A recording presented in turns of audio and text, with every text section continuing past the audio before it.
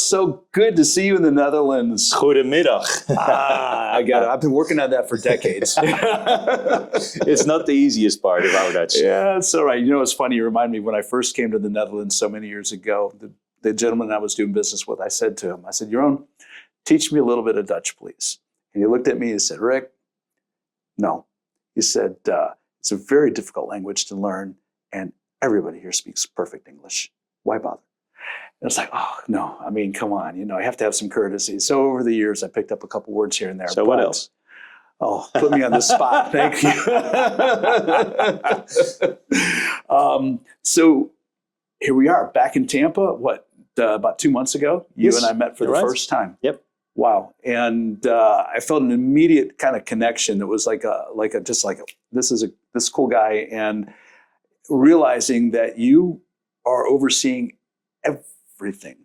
And part of the IBEX that I've been attending so many years in Tampa, and you've got this incredible METSTRADE and now the Superyacht Forum. Correct. Yes.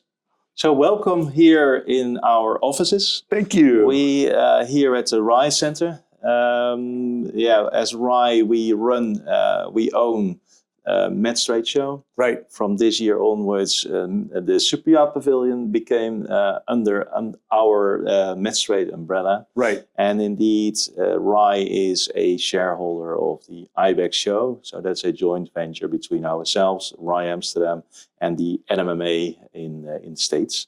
What a nice collaboration. It is. Yeah. Yes. Yeah. Well, we've talked about this before, and I feel so comfortable coming to this city and this country. And I've brought my son Tristan now for the first time, and he has had an amazing week as well. I told you before when we first met that I've been coming here for a long time, and I figured out the first year I came, and you just told me something profound I didn't realize. My first year here was 1989. I came over to do business with a company called Bellship. They're based out in Brooklyn. Yep, Brooklyn. Yeah, and that was my very first Mets. And I understand that was just the second. Yeah, so METSTRADE is the inaugural METSTRADE has been in 1988. That's an easy year to remember because that was the year that the Dutch soccer team won the Euros. Painted this whole city orange, didn't we? Yes, indeed. So you have been to the second edition of METS, the METS at the time, Marine Equipment Trade Show. Yep. I learned it has only been one hole at a time, and I learned that there's some special fact. The year that you were here, there must have been a national pavilion of the UK.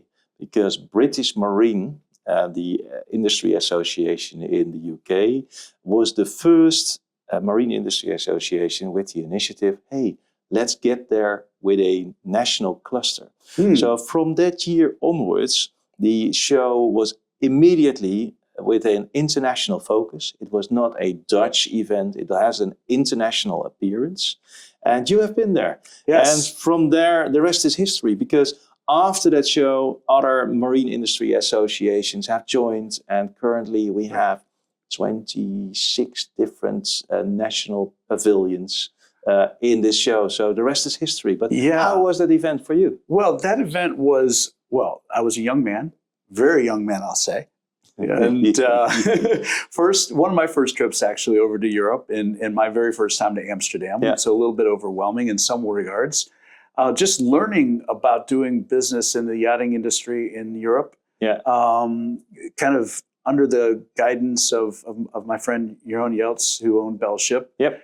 And it was truly an eye-opening learning experience. I certainly didn't know what I didn't know back then. Yeah.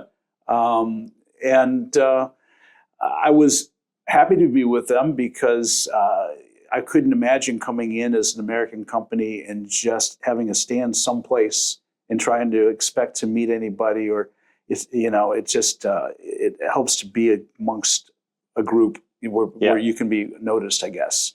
And it wasn't probably for another 2 or 3 years before I think I really started to understand the dynamics of how this METSTRADE worked in connecting within the in our case the yachting industry. It was always about the larger boats And we had started doing business with companies like Moon and Shipyards. I think I did a project with Van Lent Shipyard.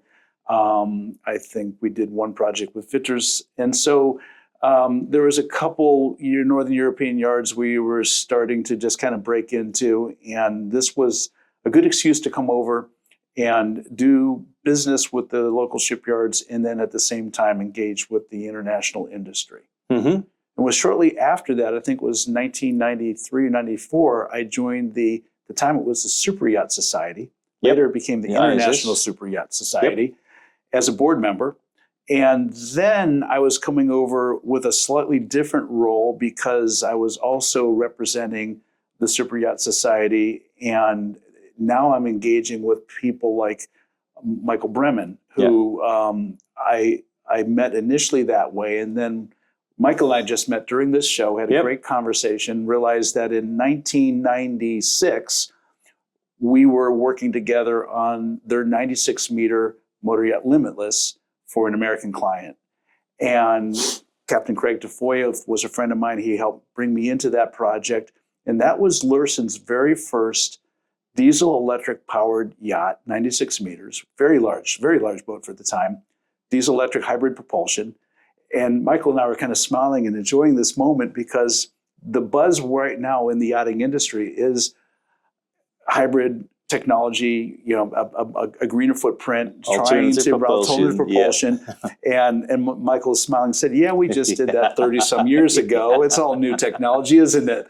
But no, listen, as an industry professional, you'd be a fool, and I say that sincerely, not to come to a venue like this where you have for 1 week, 3 short days really. And they're short days, 10 o'clock in the morning till 6 o'clock, 1800. Officially 6 p.m., but there are plenty of parties after show hours. So we extend the show hours till 8 p.m. Well, like yesterday morning, we started the morning at Van Lent Shipyard. And we got to go through their 119-meter project that is the first hydrogen hybrid-powered large yacht. Spectacular. Wow. Spectacular. Yeah. Imagine that's happening right here in the city. Wow. Yeah. And to be able to walk from stem to stern, keel all the way to the upper beyond the flybridge deck. This is a trip to remember for you. Oh my goodness, yes. Yeah. The exposure that he's experienced, and myself included, to the newest technologies that are coming out in this industry, I find it stunning. I find it remarkable. So Niels, congratulations to you, sir, because you have put on a remarkable METSTRADE, and understanding your history, and I can't wait for you to share that with the rest of us. You have to have some pretty big shoulders. It is a team effort, now we are here, and we are now fully relaxed after a remarkable week of METSTRADE. This week we started with the Superyacht Forum, first ever under our umbrella, and the past 3 days of METSTRADE have been phenomenal. We have broke a series of records. And so we are, and we'll dive deeper into that. But again, it is such a privilege to run a show called METSTRADE. Yes. I have a history in organizing trade shows in a variety of different industries, automotive, the water industry, so water treatment industry. I run shows back in the days in Vegas, in your country, but also in Guangzhou, China. Wow. For the water industry, I used to travel your country and all over Europe in different roles in events, trying to promote our Aquatech show at the time. But since 2020, I have been elevated to this role, and it's such a privilege. It is one of the largest events that we run as the RAI. It's my passion to organize trade shows and bring people together, and all the dynamics behind that come along with that. And on the other hand, I'm a passionate boat owner myself. There you go. And here those two passions get combined in this role. Isn't that amazing? And this is definitely not a one-man show. Because goodness, we have, it's currently the team picture we took yesterday. We have 24 team members on it. It's a huge operation to run a show like this. It has to be. And it goes like a Swiss clockwork, seamless. And I am very proud of the results, which have been stunning, but also very proud of the team which made it happen. You should be. We walked the halls this past 4 or 5 days, and because we were, of course, there on Monday for the Superyacht Forum, so we had the privilege of being, on site Monday through Thursday, which is really cool. And didn't go without notice how well everything came together. And one of your team members, Rachel, did a wonderful job in helping Tristan and I with our studio and making arrangements when we didn't have a studio and had to interview Rose Dahman. That was an amazing result from that effort, team effort. Yeah. You mentioned 2020 though. So you came in at just the wrong time. It wasn't timed really well. No, back in 2020, there was this vacancy. The role of METSTRADE became vacant, and at that time, I thought, "Hey, let's combine those two." And so I stepped up, and right after I got the confirmation that I was confirmed to have the role, we were already teleworking from home. The pandemic came into play. Pandemic came into place. I was in my rooftop home office managing a team which I've never met in person. Wow. The first time I got the personal encounters in person was during, let's say, the restructuring meetings where we needed, because we had to let down a few people as within the company. Sure. We had those meetings, and there was even one case where I needed to meet a team member for the first time in person, which was also the last time. So it has been a very, very strange period. 2020, the show was cancelled because of the pandemic. Yep. We organized a online virtual show. It was like a hype at the time. I can tell you, it's at least as much efforts you put in an online event as it is in a in-person physical event. Though, of course, the rewardings and the revenues are a bit different. I would think so. Yeah, and losing that human connection, that human interaction is just, that's tragic. And that's definitely it. If you look back, and with all the stress that was around pandemic, there's one key takeaway. Pandemic has been like an advertising campaign for trade shows, because everybody all of a sudden started to realize that the power of the human connection, the serendipity of meeting people in the aisles, and the event which brings together thought leadership from all companies from all over the world in one place, that can never be replaced by online meetings. And after, let's say, the pandemic, you see that it was boom, and the event has grown considerably. Indeed. Now, the next year, 2021, I came back again. Yep. And that was an interesting time here as well. It was a wonderful event. We were back together, human beings. But it was interesting how there were tents set up outside. You had to go through a health screening. I don't have the very best memories to that event, to be honest with you. Now, the point was that we got to realize that event, it was executed between two lockdowns. Yeah. So we had the first lockdown, and after, when that was done, the measures were eased and there were no measures at all. And then all of a sudden there becomes some tension in the market, and the spread of the virus became again. And we had the build-up of METSTRADE in the very same weekend where our government, our administration, made the first announcements on the first mild restrictions, and that has sparked a number of cancellations. Yep. We had the show go on. We ran the show with 1,100 exhibitors. So 200. It should have been started with 1,300. Yep. So we had 200 cancellations.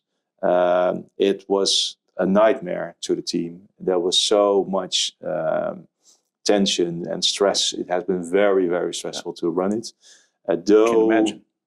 The result was in that show, with less visitors, of course, that exhibitors, for the first time in METS history, exhibitors had time because they used to have back-to-back meetings for the entire 3 days. Right. It's just Now, many of those meetings were gone, so they had the time to walk around themselves. And we have learned that has been a very, though, of course, it was different, but the show was quite successful because the people that show up came with a real buying appetite. That's right. And the exhibitors also had reported that there was done so much business between exhibitors alone because they had the time to walk the show floor. Well, I'll give you some perspective too. First of all, that human connection. Yep. We came back together, and everybody was craving that. So there you go. We'll take whatever restrictions we may have on soft lockdowns and things like that in trade for the ability to be together. The other side of the equation, I can tell you from many, many years of exhibiting, we touched on this earlier, that you have a very compressed block of time every day to connect, because it is a very business show. So it starts at 10 o'clock in the morning. Of course, you can have breakfast meetings and plan other things ahead of time. But once you're in the show and actually participating, it goes. And before you know it, it's 1700, it's 1800, and it's time to wrap up and maybe go to your evening events. And you realize that I've been stuck in this 3 meter by 3 meter or 3 meter by 6 meter box all day long. Yeah. And without having had lunch. You brought lunch. That was wonderful. The METSTRADE has always done a wonderful job of feeding their exhibitors and bringing hospitality, and that's a hallmark of, I think, your exhibition for sure. But what occurred to me over time was that I would come year after year after year, and I would walk 1 or 2 or 3 halls, and rarely did I have a chance to walk the entire show. As an exhibitor, it's impossible. No. It's just too much.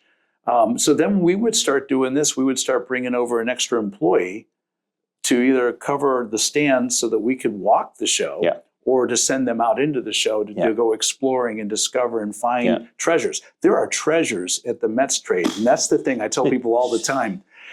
You have your idea about what you want to do, the business you want to do, but I just remember myself as a young entrepreneurial businessman coming into a show, and I thought I had a couple pretty cool widgets that we're bringing out nobody knew about, and we were tucked away in a little 3 by 3 meter box and hard to find. But occasionally we would be found, and that business magic would happen. And so I tell people that when you come to this venue and you were looking over this expansive venue from this beautiful 9th floor windowed office, thank you, get out there and look for treasures. They're there. Yep. Don't look for the name brands they're so used to. Sure. Look for the guys, the gals, the people that have just come out with some new ideas, some cool technology that's maybe not scaled yet, or maybe not noticed or accepted. You can come away from this venue with some great ideas. Last week we had 1,600 exhibitors. 1,000. And wow. It's just, it is wonderful. And so some of them are large multinational corporations, but many of them are medium-sized businesses or even mom and pop shops. That's right. And there is so much innovation going on, and it's such a variety of products. And indeed, it takes an effort to walk the entire show floor. And there's plenty of new cool things and very smart gadgets invented by METSTRADE exhibitors. And indeed, it takes time to walk the floor. Can I ask, do you have a statistic on how many linear kilometers of floor space you have to walk? Is that a fair question? It's a lot, I know. No, and I forgot to. I promised myself to wear my smartwatch this week and track my own steps, which I didn't, because it feels like walking a marathon. Well, on Tuesday, I did track, and in U.S. measurements, imperial measurements, I walked almost 8 miles. Yeah, I believe, yeah. So, yeah, you're right. It's incredible. Big show, though. Yeah, and then, but to another point that you made, we always, as show management, we aim to inspire our visitors because that's what they are here for.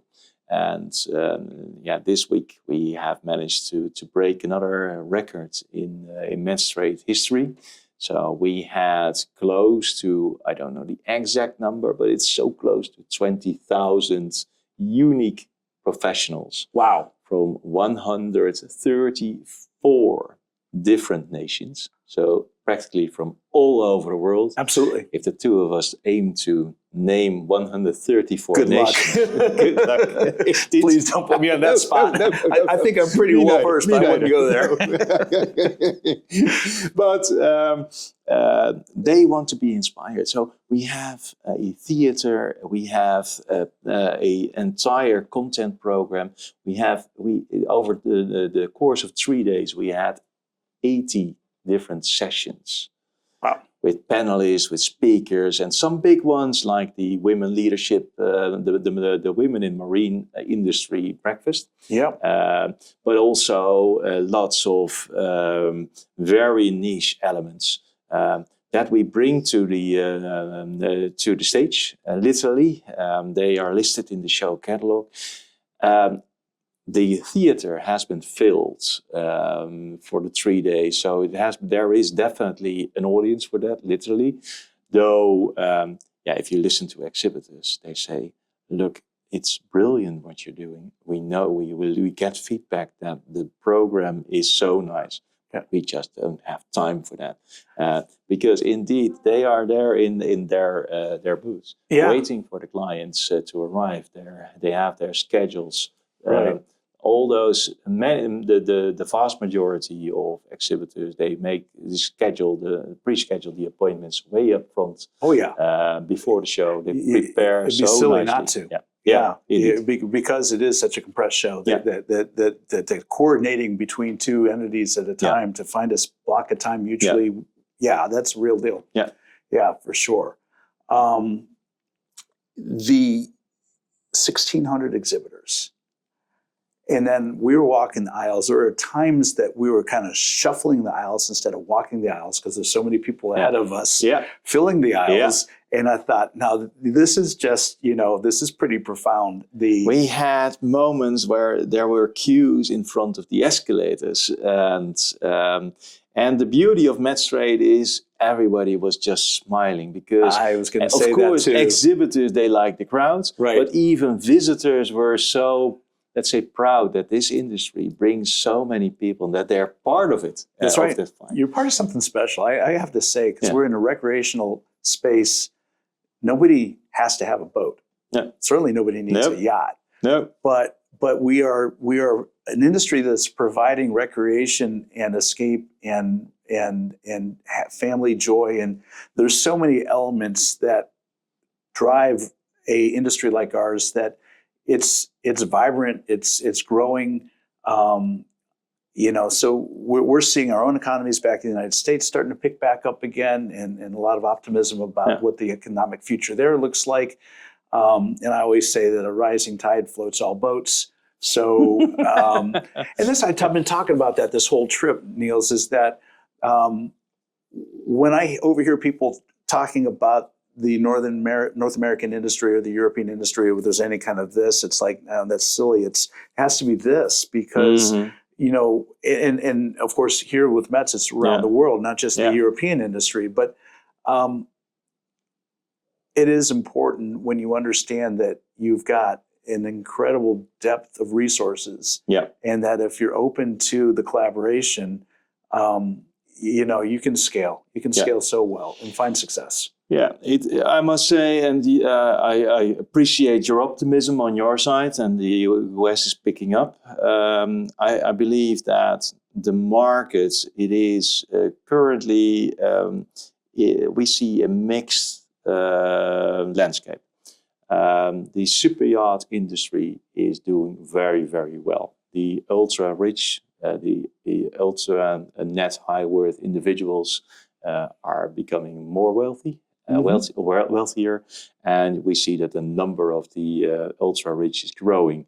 The superyacht shipyards report filled order books, and it appears that that portion of the market almost is decoupled from the economy.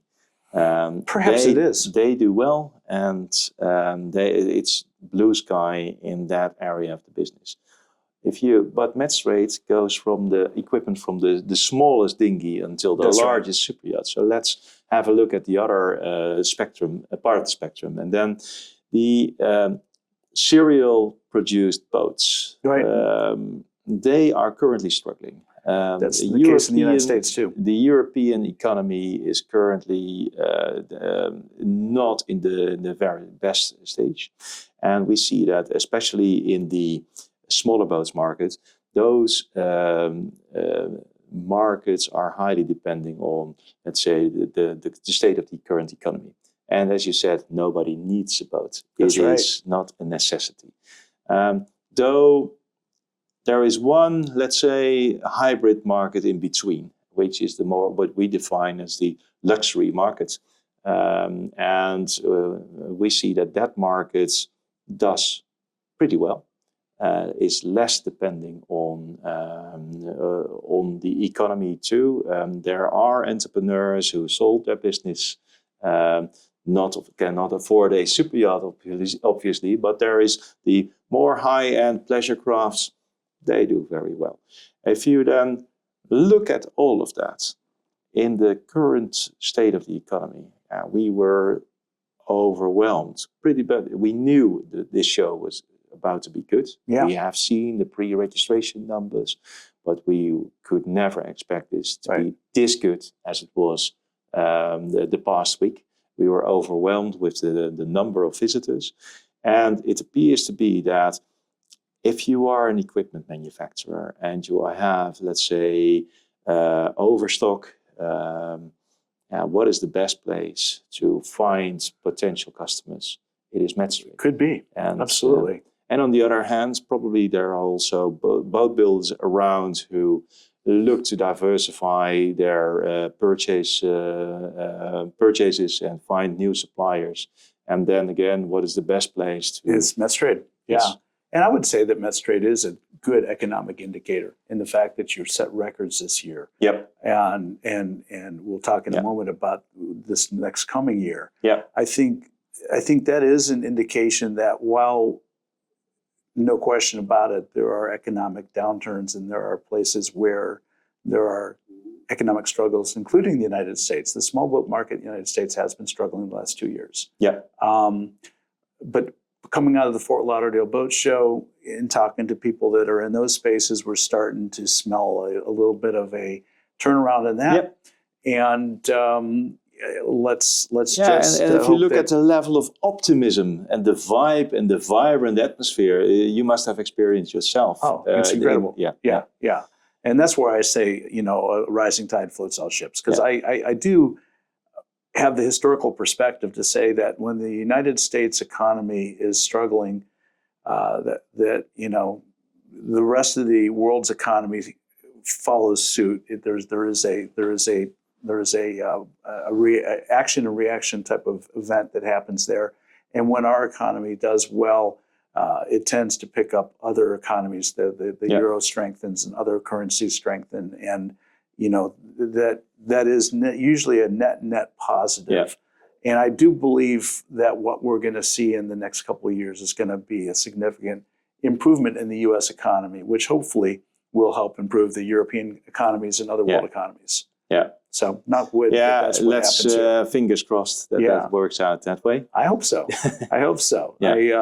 I'd love to see, a much more vibrant world economy, and I think the boating industry is a good canary in the coal mine effect. When we're doing okay, it's a good sign. Yeah, absolutely. So the two of you walked the show floor. Has there anything particular that stood out? That's what were your favorite highlights in terms of any products that you've seen or any part of the program that you particularly From liked? my perspective, and because I started my maritime career sailing dinghies and racing catamarans, I was fascinated by some of the rigging equipment I saw, some of the carbon fiber stays, and some of the foiling technology that's out there.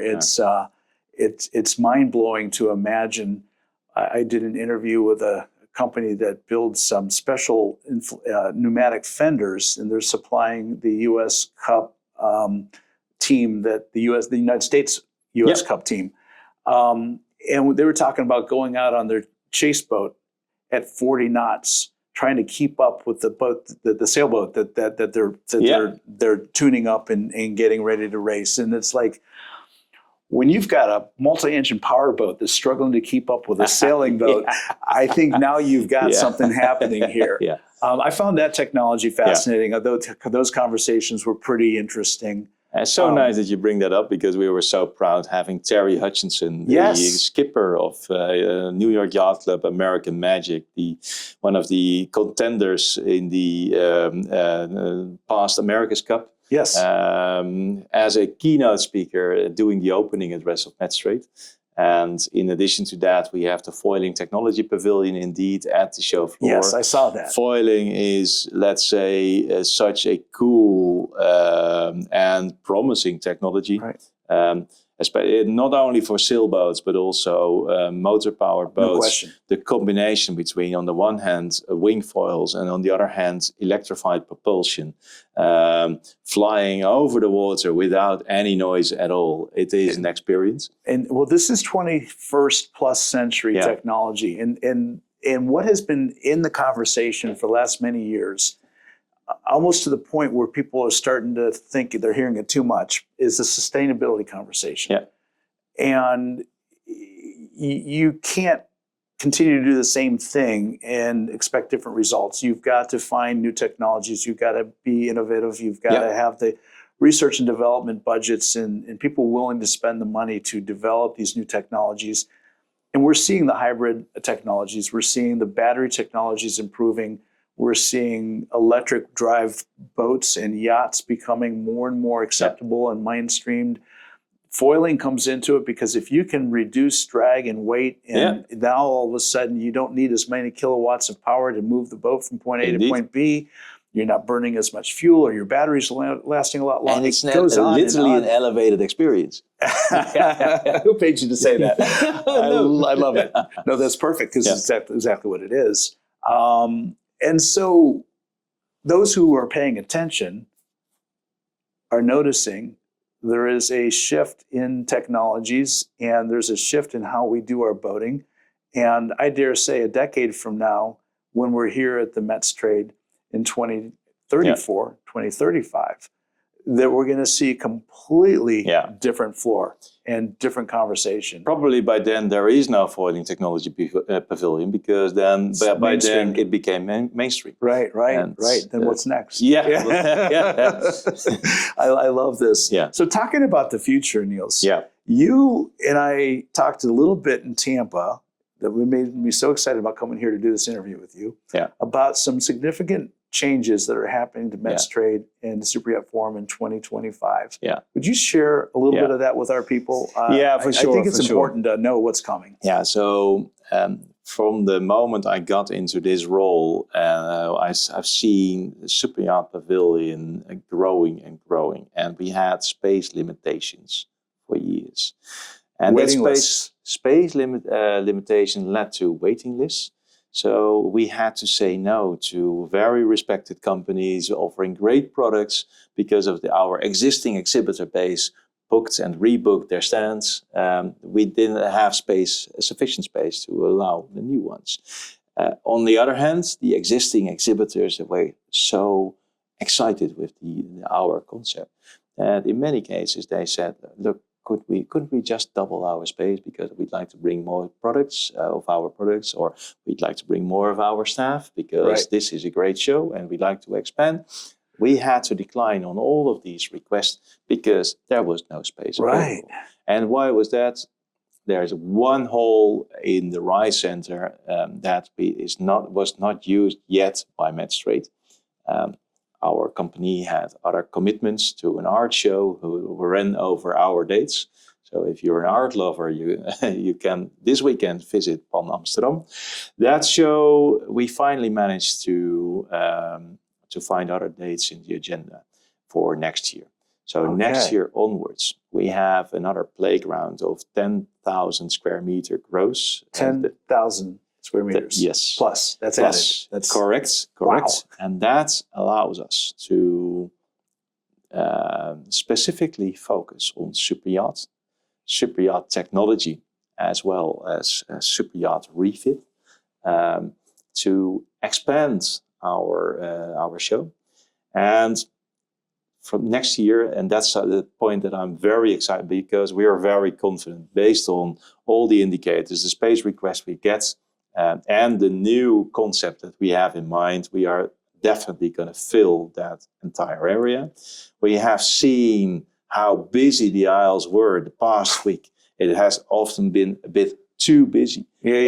So next year we'll be able to divide that foot traffic over a larger area, because that additional hall 8 is going to open as well. And the beauty of it, next year, METSTRADE is going to cover the entire Rise Center. And when I was a small kid, we had the Amsterdam Motor Show.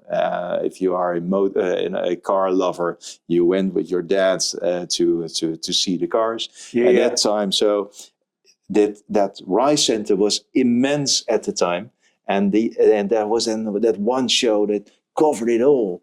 And now I'm very confident that from next year onwards we will be in that position as METSTRADE. Wow! So if I look at a footprint of the Rise Center, which I have, it looks to me like you could literally walk a loop and walk the entire... Yeah, we call it the circular walk. Okay. And indeed, so for, let's say, now let's talk to, because in your audience there must be plenty of frequent METSTRADE visitors. They are very... I would dare say thousands and thousands. Yes. So let's...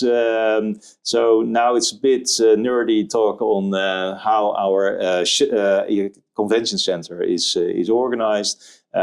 We are going to add hall 8 to the Superyacht Pavilion. There is a sky bridge between hall 7 and hall 8.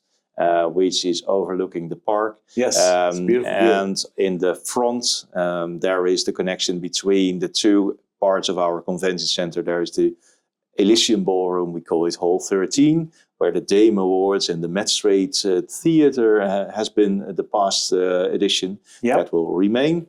But in fact, you could finally walk the full loop to see it all. We know that METSTRADE visitors on the smaller boat market, they are, of course, often lured by the luxury atmosphere of Superyacht Pavilion. So they definitely like to see the large boat and the Superyacht area.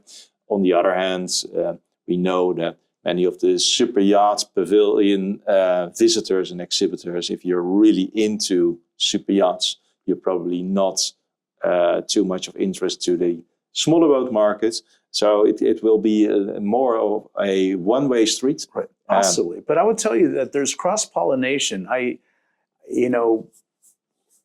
We talked earlier about the technologies and the small little companies that come up. And certainly I know if you're in the smaller boat market, to walk into the Superyacht Pavilion and see some of the technologies that the companies are bringing out for the large boats, almost certainly will plant a seed or two of ideas that could be transferable to a smaller boat, and vice versa. And of course, these large yachts are carrying small boats as tenders, and the owners have their own small boat fleet of recreational boats.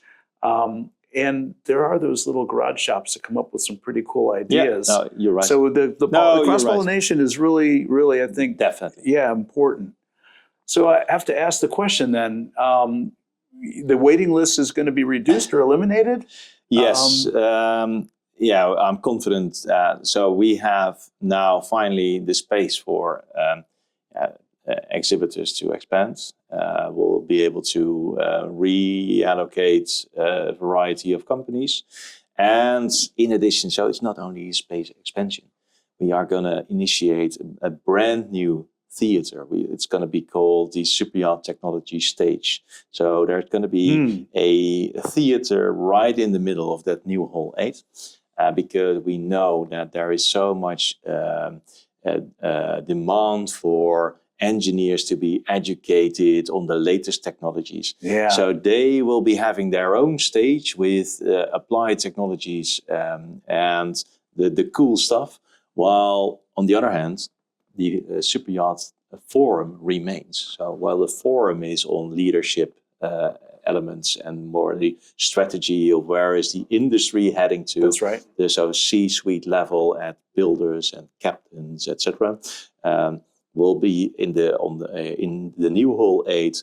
There will be an area where senior crew engineers will be able to just pop in based on the program, unlike what we are used to with the METSTRADE theater, but now fully focused on Superyacht technology. That sounds brilliant. So that's something that is we are very proud of to work with the so we created a content board. We work with 7 different trade associations from representing every discipline in the superyacht market: the builders, captains, the brokers, the Superyacht Alliance.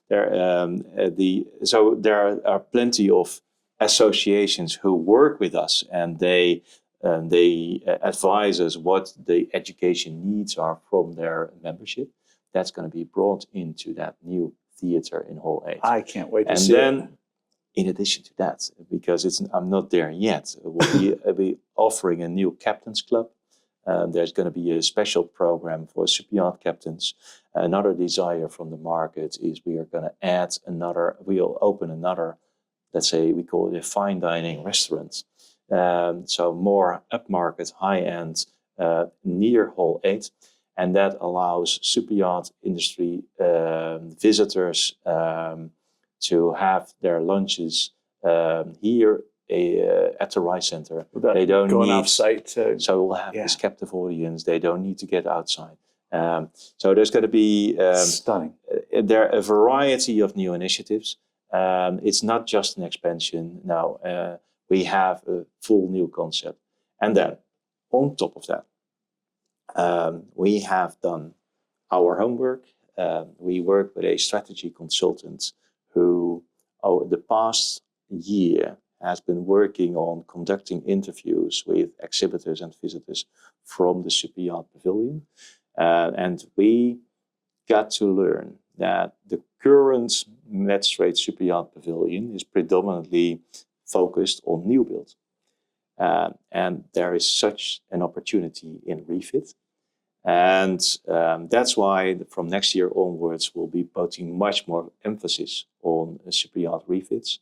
And we are to create a concept for refit clusters. That's how we call it. Mm-hmm. Regional areas who can promote their region and their refit capabilities at METSTRADE. You're sitting in one of the most amazing refit clusters in the world, right here with Amsterdam in the Netherlands. I have been to the Fellowship facility in Machem a few years ago. Yep. I was just at the brand new facility that Royal Van Lent built, and they've already acquired the property across the canal for their next expansion into refit. we have the same thing happening in South Florida, and I know Exactly. We're having these discussions already. So this is exciting. This is bringing it all together. So there's the going to be like continues. Yeah. So there's going to, so in 2025 you'll be a captain or owner rep. They have a decisive say in where is the refit being done. And so next year in Hall 8, it's like a boulevard of different areas in the world where they can see the advantages. Okay, what are the implications if I have my refit done over here or over I there? hear the conversation starting already. So that's how we strategize. We are many of this is already in preparation. And we are talking to a variety of regions currently, all of that together brings so much new, vibrant initiatives to the 2025 edition, and I can't wait to welcome you next year. So let me ask you a final question before we say goodbye. How soon should people that are listening to this start thinking about putting in an application for a space for participation in METSTRADE 2025? I thank you for bringing that up. The sooner, the better. We have already received so many requests for renewals. This show is filling at a very rapid pace. I'm for sure. many exhibitors, it's a no-brainer that they'll be back again. We have so many loyal customers. And although I'm not fond of, let's say, identifying specific companies, but you mentioned one because I thought it was quite remarkable that you were invited by Bellship at the time. And yes. And that's a good example. Bellship is still exhibiting here in our event. And so we have it's just an example of the loyalty of so many exhibitors. Many of them, they are very fond of their specific space location in the show floor. They do definitely wish to rebook their space. So the sooner. So if METSTRADE is on your radar, METSTRADE 2025, the sooner the better. And that allows our team, my team, to start planning. It enhances our planning, and we can start from there. Well, you heard it from the horse's mouth, so to speak. If you want to come to METSTRADE 25, you need to start thinking about it right now. Don't procrastinate, because I can tell you from firsthand experience, this will fill up, it will sell out, and this is an experience that if you're in the business of boating, yachting, and of course that's what Yachting USA is all about, talking about the business of our industry, this is where you need to be. Thank you so much. I couldn't have said it any better. Well, Niels, thank you for your hospitality. For I have to tell you, you're more than welcome. Such anytime. a pleasure. Thank you so much. All right. Well, until next time, and there will be a next time here, I promise you, we're out of here.